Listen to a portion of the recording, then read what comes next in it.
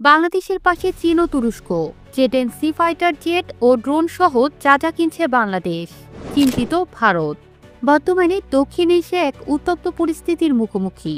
পারমাণবিক শক্তিধর ভারত ও পাকিস্তানের মধ্যে সাম্প্রতিক উত্তেজনা গোটা অঞ্চলের জন্য নতুন উদ্বেগ তৈরি করেছে। বিরতি প্রস্তাব কার্যকর হওয়ার আগ পর্যন্ত দেখা গেছে অত্যাধুনিক সমরাস্ত্রের প্রদর্শনী। ডগ ফাইটে 4.5 জেনারেশনের যুদ্ধ বিমান, হাইপারসোনিক ক্ষেপণাস্ত্র, এমনকি লক্ষ্যভেদী ড্রোন হামলাও চালানো হয়েছে। এই পরিস্থিতিতে বাংলাদেশেরও তার সামরিক সক্ষমতা পূর্ণ মূল্যায়ন করার সময় এসেছে। শান্তিকামী রাষ্ট্র হিসেবে বাংলাদেশ বরাবরই জাতিসংঘের শান্তিরক্ষা মিশনে অগ্রণী ভূমিকা পালন করে এসেছে। তবে দক্ষিণ এশিয়ার জটিল ভূরাজনৈতিক বাস্তবতায় নিজেদের সার্বভৌমত্ব রক্ষার পূর্ণ অধিকার বাংলাদেশে রয়েছে।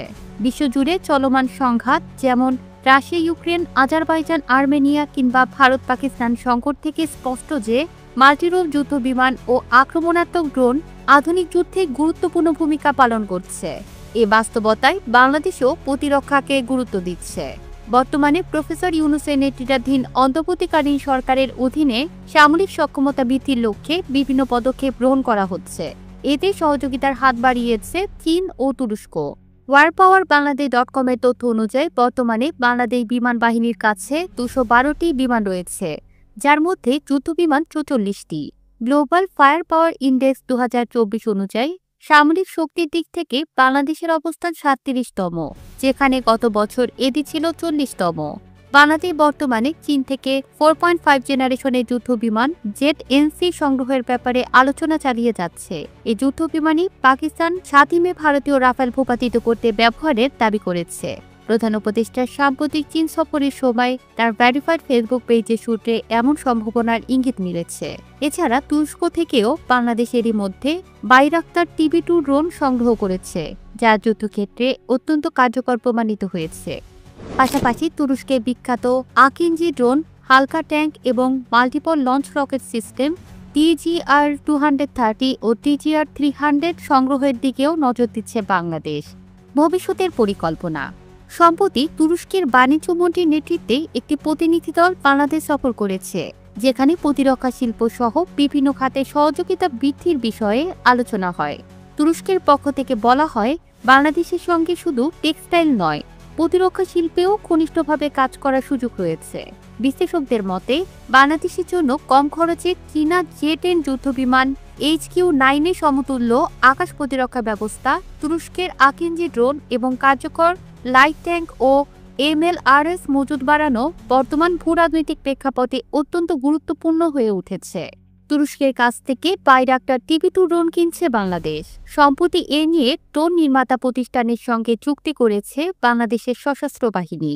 এ ক্রয় চুক্তির বিষয়ে নিশ্চিত করেছে আন্তঃবাহিনী গণসংযোগ পরিদপ্তর। বাংলাদেশের প্রথম সামরিক অস্ত্র বহনে ও হামলায় সক্ষম ড্রোন কিনতে যাচ্ছে। এই ড্রোন এর আগে বিশ্বের বেশ কয়েকটি যুদ্ধে ব্যবহৃত হতে দেখা গেছে। বিশেষ করে রাশিয়া ও ইউক্রেনের যুদ্ধে এই ড্রোনের কর্মক্ষমতা অনেক দেশে আগ্রহ তৈরি করেছে। গত কয়েক বছর ধরেই তুরস্কের সঙ্গে বাংলাদেশের সামরিক সহযোগিতার সম্পর্ক বাড়ছে। দেশটি থেকে কামানের গোলা, রকেট প্রতিরক্ষা ব্যবস্থা, সাঁজোয়া যান, মাইন থেকে সুরক্ষাকারী যান কিনেছে বাংলাদেশ। তুরস্কের কাছ থেকে বাংলাদেশ কতগুলো ড্রোন কিনছে, কবে নাগাদ সেগুলো পাওয়া যাবে তার বিস্তারিত জানা যায়নি। কিন্তু বাইরাক্তার TB2 ড্রোন সম্পর্কে কি জানা যায়?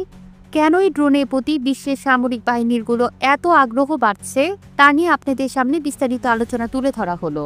রাশিয়া ইউক্রেন যুদ্ধে মোড় ঘুরিয়েছে এই বাইরাক্তার TB2 ড্রোন। তুরস্কের বাইকার টেকনোলজি কোম্পানি 2014 সাল থেকে বাণিজ্যিকভাবে বাইরাক্তার TB2 ড্রোন উৎপাদন ও বিক্রি করতে শুরু করলেও রাশিয়া ও ইউক্রেনের যুদ্ধে এই ড্রোন বিশেষ নজর কেড়েছে। এই ড্রোন ব্যবহার করেই রাশিয়ার মস্কোবা যুদ্ধ জাহাজ, অস্ত্রের গুদাম, কয়েকটি কমান্ড সেন্টার এবং রাশিয়ান লক্ষ্যবস্তুতে সফলভাবে হামলা করেছে ইউক্রেন, যাতে রাশিয়ার ব্যাপক ক্ষয়ক্ষতি হয়েছে। নিকট অতীতে সিরিয়া ও লিবিয়ার সংঘাতে এবং অতি সম্প্রতি নাগর্নো কারাবাখের যুদ্ধে এই ড্রোনের কার্যকর প্রয়োগ দেখা গেছে। এরপরই এই ড্রোনের চাহিদা বেড়ে গেছে। বিশ্বের 14টি দেশ তুরস্ক থেকে এই ড্রোন কিনছে। এদের মধ্যে ইউক্রেন ছাড়াও আছে Azerbaijan, Ethiopia, Libya, Morocco, Poland, Qatar, Turkmenistan. আরও 16টি দেশ ড্রোন কেনার জন্য চুক্তি করেছে বলে কোম্পানির কর্মকর্তারা জানিয়েছেন। কেন চাহিদা বাড়ছে বাইরাক্তার ড্রোনের? বাইরাক্টার টিভি2 নির্মাতা প্রতিষ্ঠান bikertech.com এর ওয়েবসাইটে বলা হয়েছে, এটি হচ্ছে এমন এক ধরনের যুদ্ধাস্ত্র যা গোয়েন্দা তথ্য সংগ্রহ, নজরদারি এবং হামলায় অংশ নিতে পারে। এই ড্রোনে একটি অত্যন্ত উন্নত প্রযুক্তির ইলেকট্রো অপটিক্যাল ক্যামেরা আছে। তার সাথে আছে ডাটা লিঙ্ক সিস্টেম এবং 2 থেকে 4টি পর্যন্ত বিস্ফোরক, যা প্রিসিশন গাইডেড অর্থাৎ উড়ে গিয়ে নির্ভুল নিশানায় লক্ষ্যে আঘাত আনতে সক্ষম। এর ফলে এটা দিয়ে আগে থেকে লক্ষ্যবস্তু নির্ধারণ করা যায় এবং তারপর দিক নির্ণয় করে চলতে সক্ষম বোমা দিয়ে তাদের ওপর আঘাত হানা যায়। এটি জনপ্রিয় হওয়ার আরেকটি কারণ হলো মূল কমান্ড সেন্টার থেকে দূরে কোথাও একটি কন্টেইনার বা ট্রাকে মোবাইল বেস স্থাপন করে সহজে ড্রোন পরিচালনা করা যায়। ফলে মিশনের প্রয়োজনে যে কোনো স্থানে নিয়ে গিয়ে ড্রোন উড্ডয়ন বা হামলা চালানো যায়। 2014 সাল থেকে তুরস্কের সেনাবাহিনী ও ন্যাশনাল পুলিশ এই ড্রোন ব্যবহার করছে। বাইরাক্টার টিভি2 সম্পর্কে যেসব অজানা তথ্য অনেকেই জানেন না। বাইরাক্টার টিভি2 ড্রোনে 4টি লেজার গাইডেড স্মার্ট রকেট সংযুক্ত করা যায়, যা লক্ষ্যবস্তুতে নির্ভুলভাবে আঘাত করতে পারে। ড্রোনটি ঘন্টায় 129 কিলোমিটার থেকে শুরু করে 222 কিলোমিটার গতিতে উঠতে পারে। বেজ স্টেশন থেকে 300 কিলোমিটার দূর পর্যন্ত ড্রোনটি চালানো যায়। এর ভেতরে এমন কিছু সেন্সর রয়েছে যার ফলে জিপিএস এর উপর পুরোপুরি নির্ভর না করে নেভিগেশন করতে পারে। সর্বোচ্চ 700 কেজি ওজন নিয়ে ড্রোনটি উঠতে পারে। মোট জ্বালানি ধরে 300 লিটার। ড্রোনটি টেক অফ, ল্যান্ডিং সহ পুরোপুরি স্বয়ংক্রিয়ভাবে পরিচালিত হতে পারে। এর কম্পিউটারাইজ সিস্টেমে 3টি অটো পাইলট প্রোগ্রাম রয়েছে। বাইরাক্টার টিভি2 18,000 ফিট উচ্চতায় থেকে কার্যক্রম চালাতে পারে, তবে আকাশে সর্বোচ্চ 25,000 ফিট পর্যন্ত উঠতে এবং সর্বোচ্চ 27 ঘন্টা 3 মিনিট ওড়ার রেকর্ড রয়েছে। ড্রোনে থাকা রিয়েল ইমেজিনারি টাইম ট্রান্সমিশন সিস্টেমের ফলে একাধিক ব্যবহারকারী একই সঙ্গে তাৎক্ষণিকভাবে উচ্চমানের ভিডিও দেখতে পারে। ওয়েব ভিত্তিক অ্যাপ্লিকেশন হওয়ার কারণে ইন্টারনেট ব্যবহার করে ট্যাবলেট বা মোবাইলেও নজরদারি করা সম্ভব। তবে এসব ড্রোনের একটি দুর্বল দিক হলো এগুলো আকারে বড় আর তুলনামূলক গতি কম, ফলে এগুলো গুলি করে নামানো সহজ। ইউক্রেনে ব্যবহার করা এরকম বেশ কিছু বাইরাক্টার ড্রোন ধ্বংস করে দিয়েছে রাশিয়ার বাহিনী। ড্রোন কিনে বাংলাদেশের কি লাভ হবে? সম্প্রতি বাংলাদেশি দৈনিক প্রথম আলোর সঙ্গে একটি সাক্ষাৎকারে তুরস্কের রাষ্ট্রদূত মোস্তফা ওসান তুরান জানিয়েছেন, তুরস্কের ড্রোন নির্মাতা প্রতিষ্ঠান বাইকার টেকনোলজির সঙ্গে ড্রোন কেনার ব্যাপারে বাংলাদেশের সশস্ত্র বাহিনী একটি চুক্তি করেছে। এই চুক্তির ব্যাপারে নিশ্চিত করেছে বাংলাদেশের সামরিক বাহিনীর গণসংযোগ পরিদপ্তর ISPR। Bangladesh peace and security স্টাডিজের প্রেসিডেন্ট, নিরাপত্তা বিশ্লেষক মেজর জেনারেল অবসরপ্রাপ্ত ANM মুনিরুজ্জামান সাংবাদিকদের বলেছেন, সামরিক সক্ষমতার যে আধুনিকায়ন করা হচ্ছে সব দেশে, তার মধ্যে ড্রোন একটা প্রধান প্রযুক্তি হয়ে আসছে। সক্ষমতা বৃদ্ধির জন্য যে ক্ষমতাও ব্যয় করা হচ্ছে তাতে এটা খুবই আকর্ষণীয় সরঞ্জাম।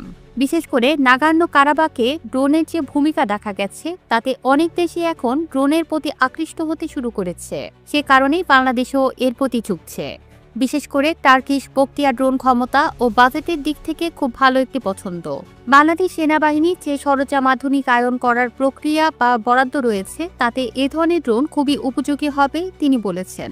তবে বাংলাদেশের যেখানে কারো সঙ্গে যুদ্ধ বা বৈরিতা নেই সেখানে এসব ড্রোন কতটা কাজে আসবে জানতে চাইলে মিস্টার মুনিরুজ্জামান বলেছেন, যুদ্ধ না থাকলেও সামরিক বাহিনীর প্রস্তুতি বা সক্ষমতা প্রয়োজন রয়েছে, সেখানে ড্রোন অবশ্যই অনেক সহায়তা করবে। কোনো দেশের সঙ্গে যুদ্ধ না থাকলেও বাহিনীগুলোর প্রস্তুত থাকার দরকার আছে। এভাবে সামরিক বাহিনীর সক্ষমতা বজায় রেখেই শান্তি নিশ্চিত করা যায়। সে প্রস্তুতির অংশ হিসেবেই বাংলাদেশের ড্রোন কেনার দরকার, তাই বাংলাদেশ কিনছে বলে আমি মনে করি। ড্রোন যুদ্ধে কী ধরনের সহায়তা করে ব্যাখ্যা করতে গিয়ে লন্ডনের কিংস কলেজের ডিফেন্স স্টাডিজের একজন গবেষক ডক্টর মার্টিনো মিরন সাংবাদিকদের বলেছেন, ড্রোনের সাহায্য নিয়ে ইউক্রেনিয়ানরাও তাদের সীমিত বাহিনীর সক্ষমতা অনেকখানি বাড়াতে পেরেছে।